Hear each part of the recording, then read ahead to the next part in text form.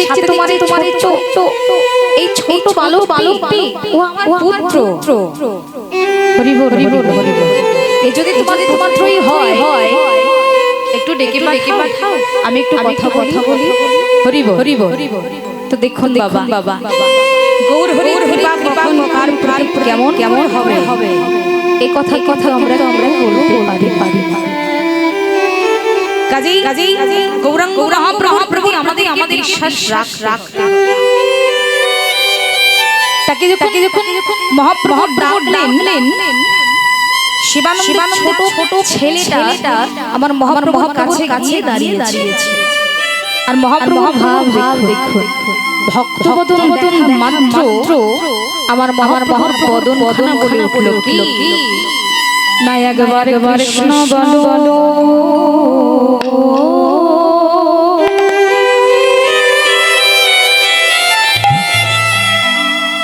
একবার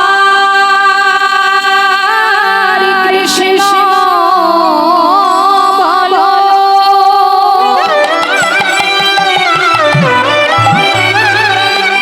একবার কৃষ্ণ বলো,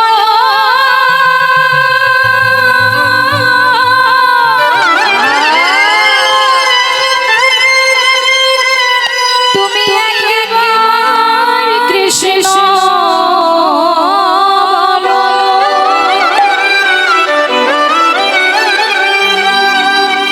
একবার কৃষ্ণ বলো। কিছুতেই কৃষ্ণ বলে না।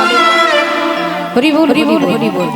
তা কৃষ্ণ বলো উচ্চারণটাকে দেখেই করেছে। ছেলের নাম শিবানন্দ বলে কিনা আমার ছেলের নাম রেখেছি পরমানন্দ সেন। বেশ ভালো। তবে আমি আস্তে থেকে হরিদাস বলে ডাকবো। হরিদাস বললেন, কিন্তু দেখে কৃষ্ণ বলো করে কৃষ্ণ বলো বলছে।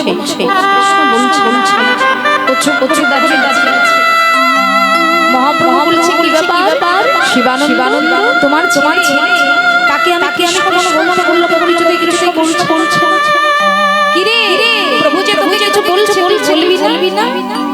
ও তো কিছুতেই মুখটা কি করে বলবে কৃষ্ণ। ভক্ত যে হয় বাবা, তার মনে এক বদনে কিছুতেই কৃষ্ণ বলবি না, তুই বলবি না কৃষ্ণ। বারবার পিতা তাকে বলছে কৃষ্ণ বলতে, কিন্তু পিতার কথা না শুনে ও চুপ করে মহাপ্রভুর পানে চেয়ে শুধু দাঁড়িয়ে থাকবি, কথা শুনবি না। এই যে পিতার পুত্রের একটা ক্রোধ জমে গেছে, সেই ক্রোধের বশে গিয়ে পুত্রকে যতদূর হাত পুত্রকে মারতে চায়। তার হাতটা ধরে আটকে দিলেন। কে না সার্বভৌম দাঁড়াও শিবা, এ তুমি কি করছো? এটা তোমার উচিত নয়। ছোট শিশু বালককে এভাবে ধরে কখনো বোঝানো যায় না। তাহলে শিশুদের মতো কথা বলতে হয়। তুমি যদি এইভাবে ধরে বলাতে চাও, ওকে মারলে বলবে হরি বল হরি বল। কাউকে ধরে বলা যায় না। তাই বলছি ওকে নাম মেরে ওকে একটু বুঝিয়ে বলো। অনেক ও তো আমার কথা শোনেনি। দাঁড়াও আমার কাছে কেউ না বোঝো, আমি বুঝতে পেরেছি বলছে না। কি বুঝলেন বুঝেছি তাই যে তোমার যা মন্তব্য করে রেখেছে তা মন্তব্য এখানে যত ভক্ত আছে তাদের কেমন যেমন তোমার এখানে আসার পরে কার থেকে শুনেছে যে মহাপ্রভু কাউকে দীক্ষা দেয় না। কাজেই মহাপ্রভুর সামনে কোনো প্রথম উচ্চারণ করে সেইটি ওর কাছে আর যদি হয়ে যায়, তুমি তো জানো শিবানন্দ গুরুর বীজ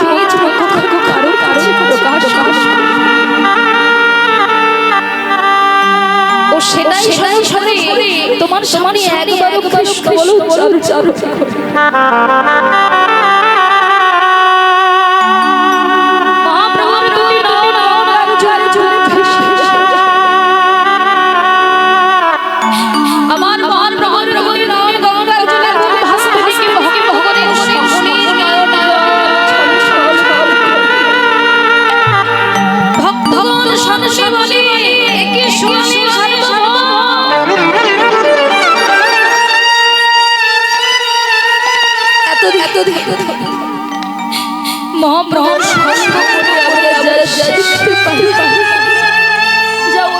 করতে পারলাম না আজকে এই ছোট 7 বছর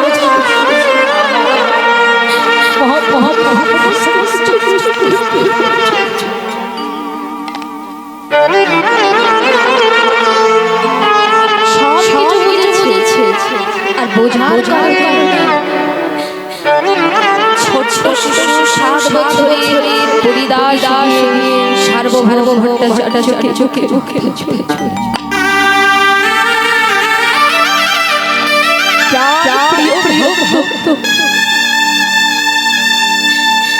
আমার জন্মদাতা পিতা হয়ে আমাকে বুঝতে পারে আপনি আমার কথা করে বুঝতে পারেন আপনি আমাকে বুঝতে পারেন তুমি জানো এই জগতের কোনো ভক্ত তার জীবনে কিছু নাম পাওয়াকে পেতে চেয়েছিল সেই পাওয়াটা যদি জীবনে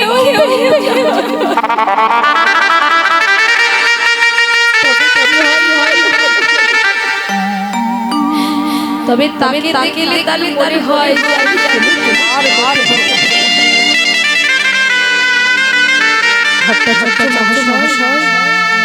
আপনি তো দিন রাত আমার সেবা করেন আপনি তো রত করেন এত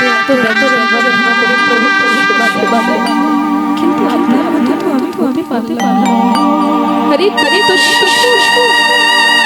তুমি তো পারো এখন তোমার সময় কাজেই এত ভাবতে হবে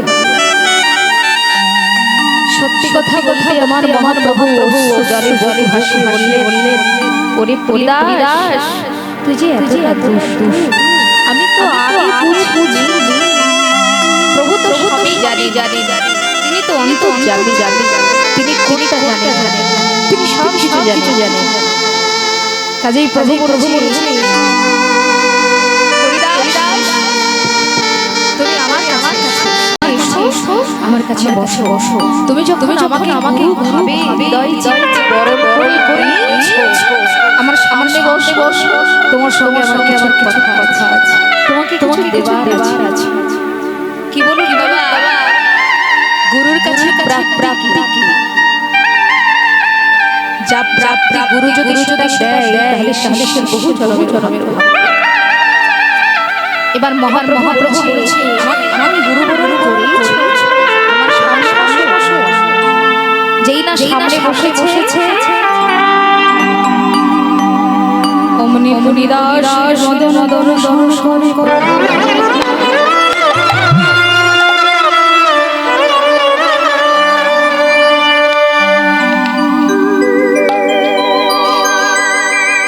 তার দ্বারে দুজনে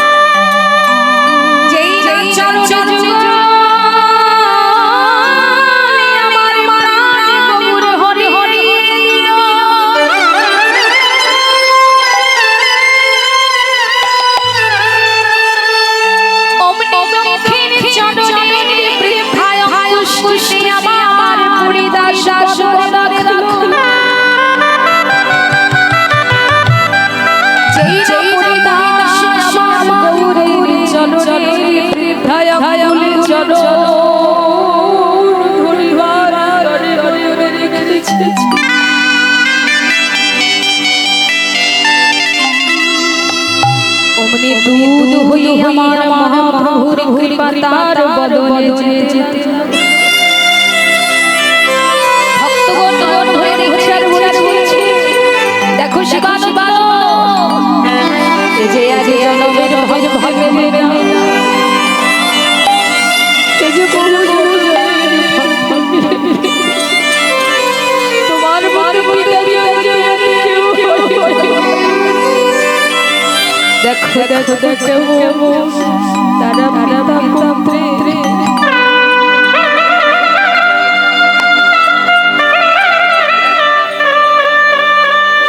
আবার প্রভুর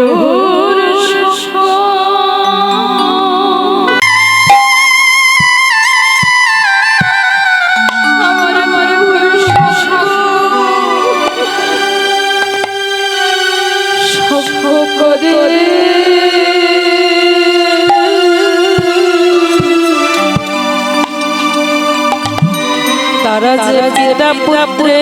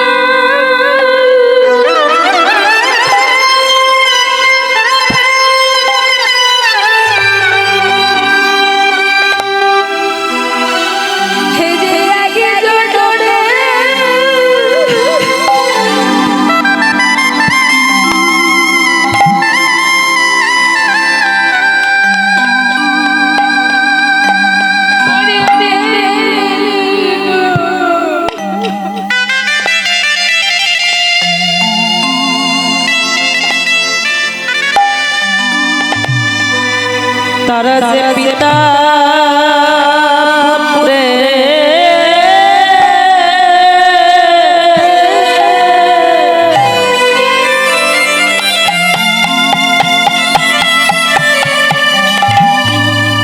ওগো আমার প্রভু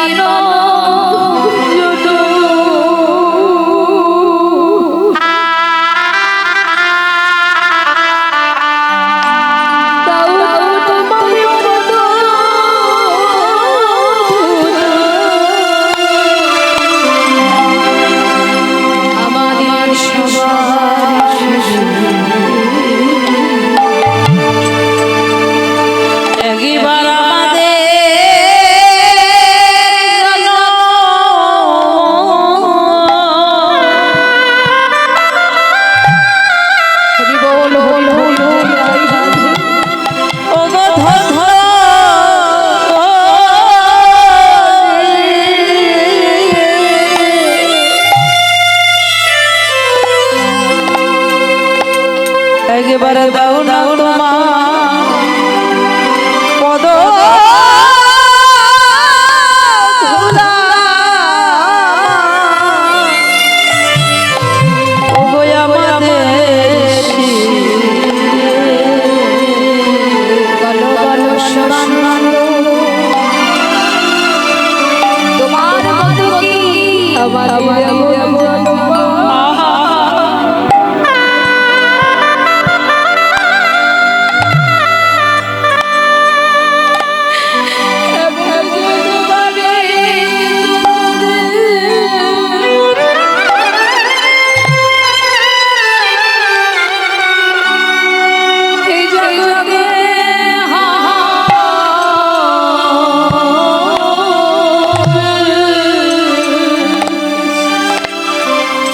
বলো বলো এমন জন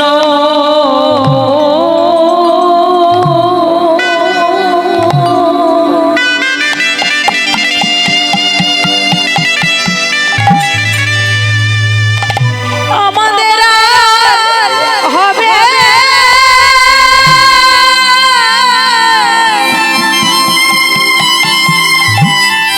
এই জগতে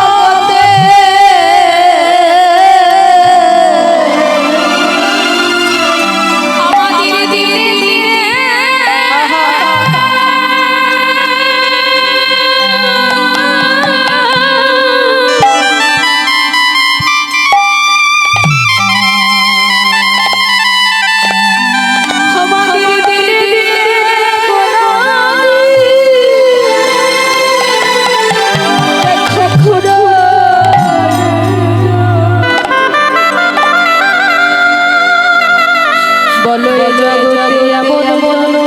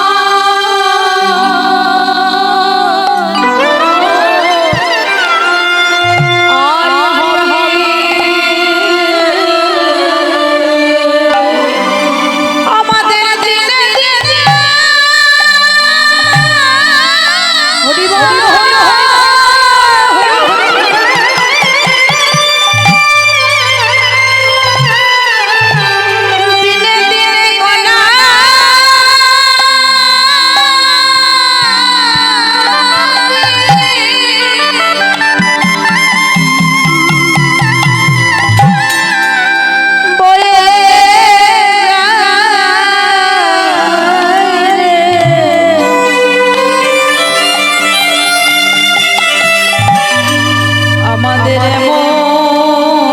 জন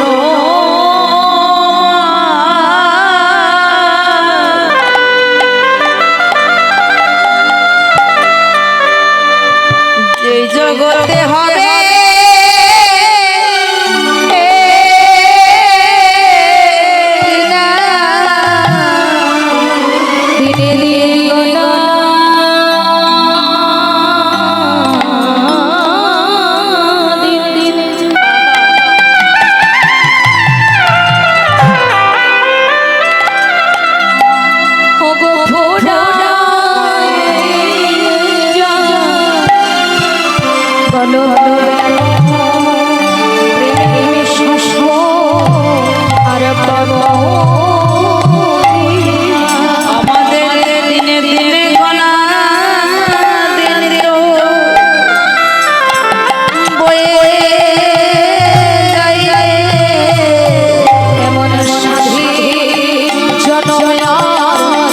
হবে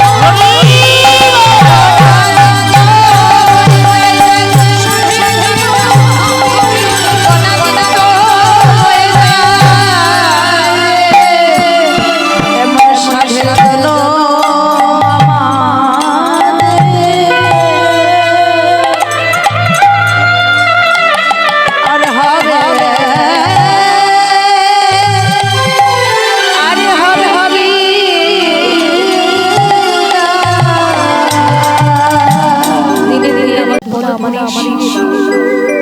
বৈষ্ণবের পদ যদি আমার শিরে একবার কোটি কোটি জনমের বাঞ্ছা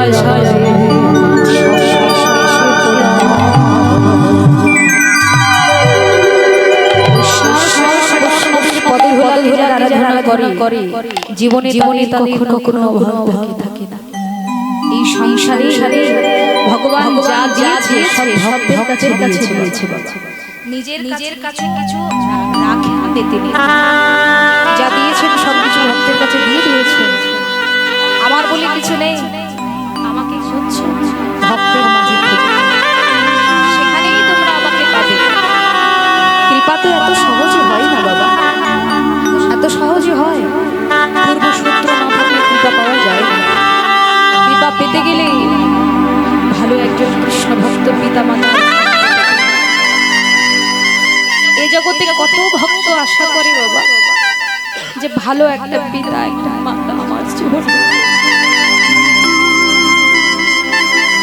শুধুমাত্র পিতা মাতা কেন, কোন নারীর জীবন যদি পিতা মাতার ঘরে যতটুকু কেঁদেছে, নারীদের জীবনটা এমন হয় পিতা মাতার ঘরে তার যতদিন সেবা করতে, তারপরে তাকে অন্যের জন্য খাটতে হয়, অন্যের জন্য করতে হয়। সেখানে গিয়ে যদি ভালোবাসার মানুষগুলো ভালো পাওয়া যায়, তাহলে তার মতো মহাসুখী আর কেউ হয় না গো মা। কিন্তু সেখানকার মানুষগুলো যদি ভালোবাসা দেয় তবে সে সুখী, ভালোবাসা না দিলে সুখী নয়। এমন অনেক মা আছে, এমন অনেক বোন আছে, এমন অনেক দিদি আছে যারা কৃষ্ণ বাদিনীর ঘরে বিরাজ করে, চাইলেও তারা কৃষ্ণ ভজন করতে পারে না, চাইলেও তাদের হয় না। কেন এই জগতে শুধু জাগতিক কর্মটাকে দেখে হয়। আমাদের জীবনে 4 লক্ষ নরজীবন, তো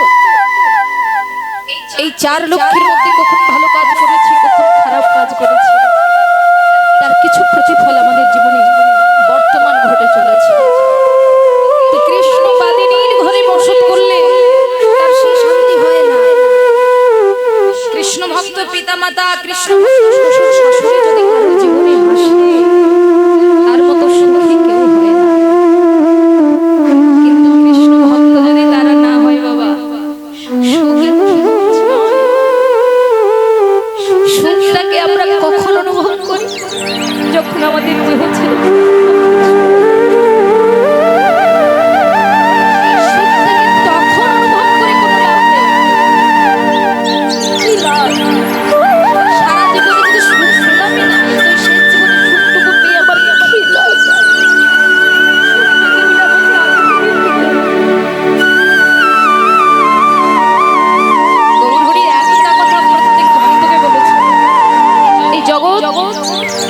এই জগতের মানুষ যতক্ষণ তুমি স্বার্থ দিতে পারবে, এই জগতের মানুষ ততক্ষণ তোমায় যখন তুমি স্বার্থ দিতে পারবে, এই জগতের মানুষ আর তোমাকে ভালোবাসবে। কাজেই ভালোবাসার জায়গা কোনটা? ভক্তের চরণ, বৈষ্ণবের ধুলা। ত্যাগ করো, ত্যাগে শান্তি পাবে। জীবনে যদি কেউ ত্যাগ করতে না পারে, তার জীবনে কখনো শান্তি আসে না। গীতা শাস্ত্রে ইহাই প্রমাণ করে। যারা জীবনে ত্যাগ করেছে তারা জীবনে বহু শান্তি অনুভব করেছে। যারা জীবনে ত্যাগ করতে পারেনি তারা শান্তি পায়নি। এমন কিছু ত্যাগ করতে বলেনি, তার জন্য কিছু ত্যাগ করতে বলেছে, সেটাও তো আমরা করতে পারি না। কারণ আমাদের মধ্যে হিংসা, নিন্দা, বিদ্বেষ, চতুরতা অনেক কিছু বিরাজ করে। এর কারণে আমরা কৃষ্ণ ভজনে এগোতে পারি না। তবে আর কোন দিন সময় চলে যাচ্ছে, সময় বয়ে যাচ্ছে, আজ যদি হয় কোনদিন হবে না। আজ যদি তুমি কৃষ্ণ না বলো, তাহলে আর কোনদিন তোমার বলা হবে না।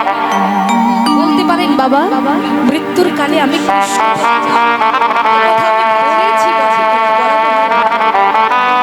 বলা যায়? কখন, কোথায়, পথে ঘাটে মাঠে বস্ত্র পরে আমার মৃত্যু হবে। এই জন্য আগে থেকে অভ্যেস রাখতে হবে।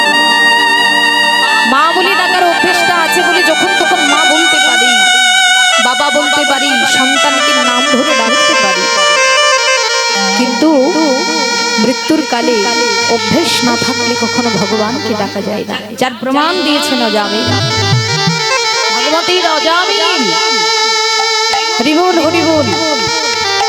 বাল্মীকি মুনি তাকে উদ্ধার করে দিলেন। পাঁচজন বৈষ্ণবের স্বরূপ এসে তার গৃহিণী তাকে উদ্ধার করলেন।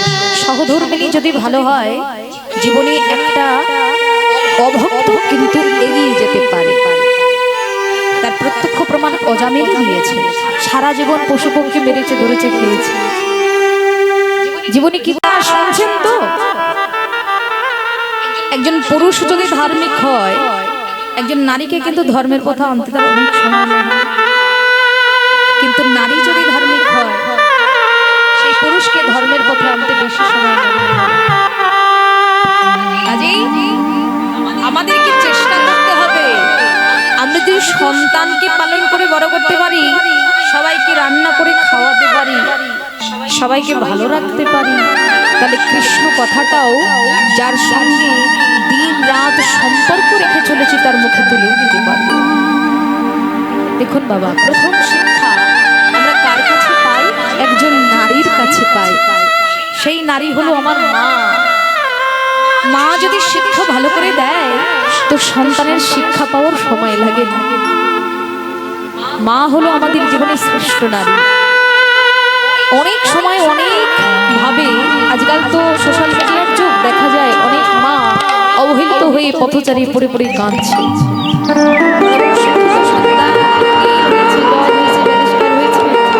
তারা পর্যন্ত মাকে ভাত দেয় না, কাপড় দেয় না, ভালোবাসে না, রাখতে চায়। কেন বাবা? যার জন্য পৃথিবীর আলো দেখেছেন, তাকেই যদি ভালোবাসতে না পারেন, তাহলে ভগবান আপনাকে ফল জল দিয়ে পুজো করলে কখনো আপনাকে ভালো রাখবে। একটা কথা ভাগবত শাস্ত্রে প্রমাণিত আছে, জীবনে যদি কেউ শেষকালে অর্থাৎ মা বাবার শেষ জীবনে কোনো সন্তান সন্তুষ্ট স্বরূপে সেবা যত্ন করতে পারে, তাহলে ভগবানের সেবা তার। ভগবানের সেবা বাবা মাকে সেবা করলে হয়, এর প্রত্যক্ষ প্রমাণ শাস্ত্র দিয়েছে। এটাও যদি আমাদের মাথায় না থাকে, তাহলে আমি বলবো তারা জগতের জ্ঞানী মূর্খ। যারা বিদ্যার কালির দাগ ভেতরে রেখেছে কিন্তু মনের কালিমাকে করতে পারে না, তারা কখনো কৃষ্ণ ভক্তি অর্জন করে কৃষ্ণ বলে দিন রাত ডাকলেও ভগবানের ভক্ত হতে পারবে না। জয় রাধে। সেই বৈষ্ণব কবি লীলার এক প্রান্তে দাঁড়িয়ে লিখছেন, এই জগৎ জীবের নয়নে আনন্দে প্রকাশ করেছেন।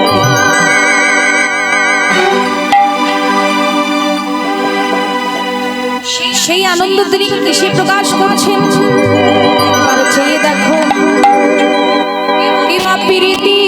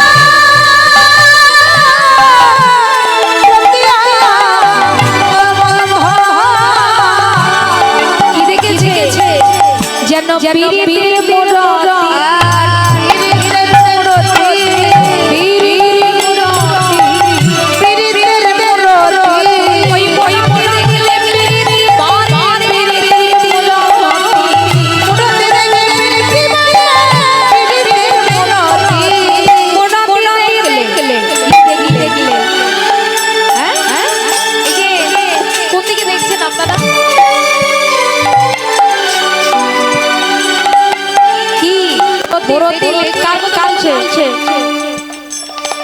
আহা মন দিলে প্রীতি মানে যে প্রীতি রোরী আর মন দিলে প্রীতি মানে প্রীতির মুরতি যদি মুরতি দেখি তাহলে না দেখতে না রূপ না দেখলে প্রীতি বাড়ে আচ্ছা সত্যি করে বলুন তোমায় কাউকে না দেখলে প্রীতিটা হবে কি করে এই প্রীতি সেই প্রীতি নয় না আমার গৌরাঙ্গ মহাপ্রভুর ভাবময় প্রীতি এই প্রীতি সেই প্রীতি এই প্রীতি হচ্ছে জাগতিক জগতের নয় এই যে জাগতিক জগতের একজন মানুষ আর একজন মানুষকে দেখে প্রীতি করে প্রেমে পড়ে ভালোবাসায় পড়ে যায় এরকম বিষয় না কামনা বাসনা ছাড়া কৃষ্ণ ভক্তি পরায়ণ হয়ে যে প্রীতি জাগরিত হয় অন্তরে ভক্তের সেই প্রীতি আজকে জেগেছে এই মূর্তি সেই মূর্তি গৌরাঙ্গের মূর্তি আমার গৌরাঙ্গের মূর্তি এমনই মূর্তি যেখান থেকে তাকে দেখবেন আপনার প্রীতি আসবেই আসবে কি কৃষ্ণ কথা চরণ থেকে শুরু করলেও ভালো লাগে হস্ত থেকে শুরু করলেও ভালো লাগে যেখান থেকে শুরু করব ক্ষীরের পুতুল তৈরি করি আমরা সেই ক্ষীরের পুতুল তৈরি করলে কি হয় গো এই যে মায়েরা ক্ষীরের পুতুল তৈরি করলে কোনো জায়গায় কি অমিষ্টি লাগে তেতো লাগে বুঝতে পারছেন না আমার কথা বোঝা যায় তো আমি প্রশ্ন করছি উত্তরটা দেবেন তো ক্ষীরের পুতুল তৈরি করলে কি ওটাকে মিষ্টি লাগবে না তেতো লাগবে মিষ্টি লাগবে হাতে কামড়ান তবু মিষ্টি চরণে কামড়ান তবু মিষ্টি নাকে কামড়ান কানে কামড়ান যেখানেই দিন সেখানটাই মিষ্টি কারণ সেটা মিষ্টি দিয়েই তৈরি আর সেই মিষ্টি দিয়ে তৈরি অর্থাৎ গৌরাঙ্গ মহাপ্রভুর মূর্তিটা এমনই এক মূর্তি যেন ক্ষীরের একটা পুতুল যেখান থেকে তাকে দর্শন করবে ভক্ত সেখান থেকে ভক্তের প্রীতি জাগবে তাই তো বৈষ্ণব কবি লীলার এক প্রান্তে দাঁড়িয়ে বর্ণনা আজ কি